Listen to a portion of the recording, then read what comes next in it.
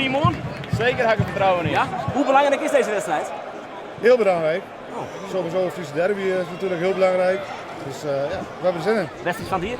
Dit is de wedstrijd van hier. Oh.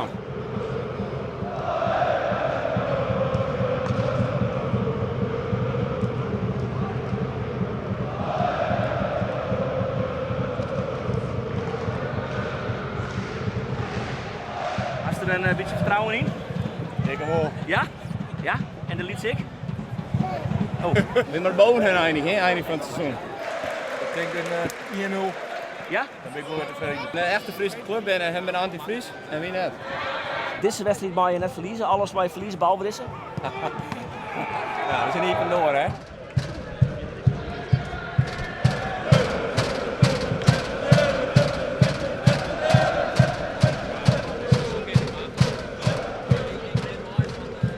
Daarom ben wij hier goed. Ja. Dus clubsupport en motivatie voor morgen extra tijd aan dat ze er 100% klaar voor zijn en dat ze die morgen gewoon met winnen. Het is alleen nog maar trots. Het is zo mooi om supporter te wezen. Het gaat weer over voetbal en we jaren er weer bij. Mag je alles verliezen, behalve die wedstrijd morgen?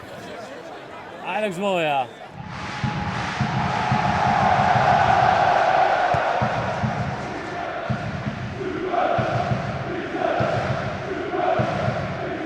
Hij heeft er nog altijd even volle zin in.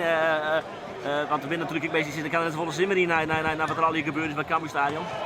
Ja, daar moet je als media en iedereen net de volle aandacht onder Nee? Jan. Nee, Oké. vind ik net. En natuurlijk, dat soort dingen, ja, dat ken eigenlijk net. Maar dan moet je net de volle in het bijlag brengen, dat lijst. Want dan is er net niet meer roeren. Ja zeker, er is nog een hoop gebeurd, maar ja, dat is de hart van elke club die iedereen had. En hun had ik wat jullie in hebben en de rest is naar het stadion gegaan. Dus dat is de hart van de Friese derby. Ja. Oh, je hebt het erbij. Ja, hun vinden van wel, maar ik sta er een beetje boeten. Daar hebben we het net over. Nee? Nee, dat ben ik geen supporters. Hoe was dit? Ja, mooi man. Zeker mooi om mee te maken, ook voor de eerste keer nu hier bij, in Heerenveen. Dus ik ben benieuwd hoe de wedstrijd morgen zal zijn, maar ja, weet je, om dit zo te zien, dat kan je alleen maar meer motivatie geven. Ik heb het idee dat jij hier wel iets mee hebt op een of andere manier. Ik weet niet precies waarom, klopt dat? Ja, ik vind het wel altijd mooi als er zo'n sfeeractie komt, weet je. Dat geeft me ook weer, wat ik net al aangaf, een beetje extra motivatie. Maar ook gewoon een beetje wat meer power om gewoon echt dood te gaan voor deze club. Hoe leeft het eigenlijk bij de, bij de spelers, in de spelersgroep, bij de selectie?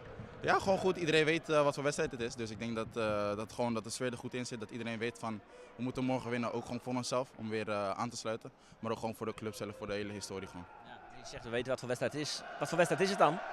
Ja, eigenlijk een hele belangrijke wedstrijd. Derby van het Noorden. Maar ook gewoon, ja weet je, dit is een beetje cultuur ook. Dus ik denk dat we ook een beetje voor cultuur moeten doen. Dus ik denk gewoon dat ik net al aangaf. Iedereen weet waar het op staat, wat we moeten doen. Jullie hebben ongetwijfeld ook het gedoe rondom het Cambuurstadion met de afgehakte reeënkop meegemaakt. Praten jullie daarover in de groep? Niet dat ik weet, maar ik heb het natuurlijk wel met, ik praat met een paar jongens, onder andere Hamdi.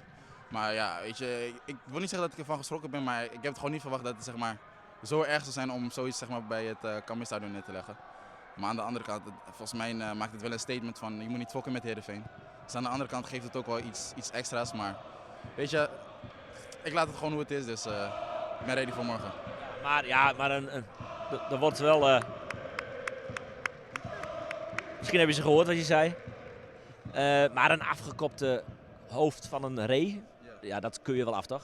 Ja, weet je, ik heb het dan in mijn hoofd van wat heeft dat dier gedaan, wat heeft het dier fout gedaan om zeg maar, zo voor het stadion zijn hoofd... nou ja, maar wat hij net al aangaf, weet je, zulke dingen moet je eigenlijk misschien niet doen, maar misschien maakt het een statement voor de fans zelf. Dus het liefst hou ik me gewoon erbuiten.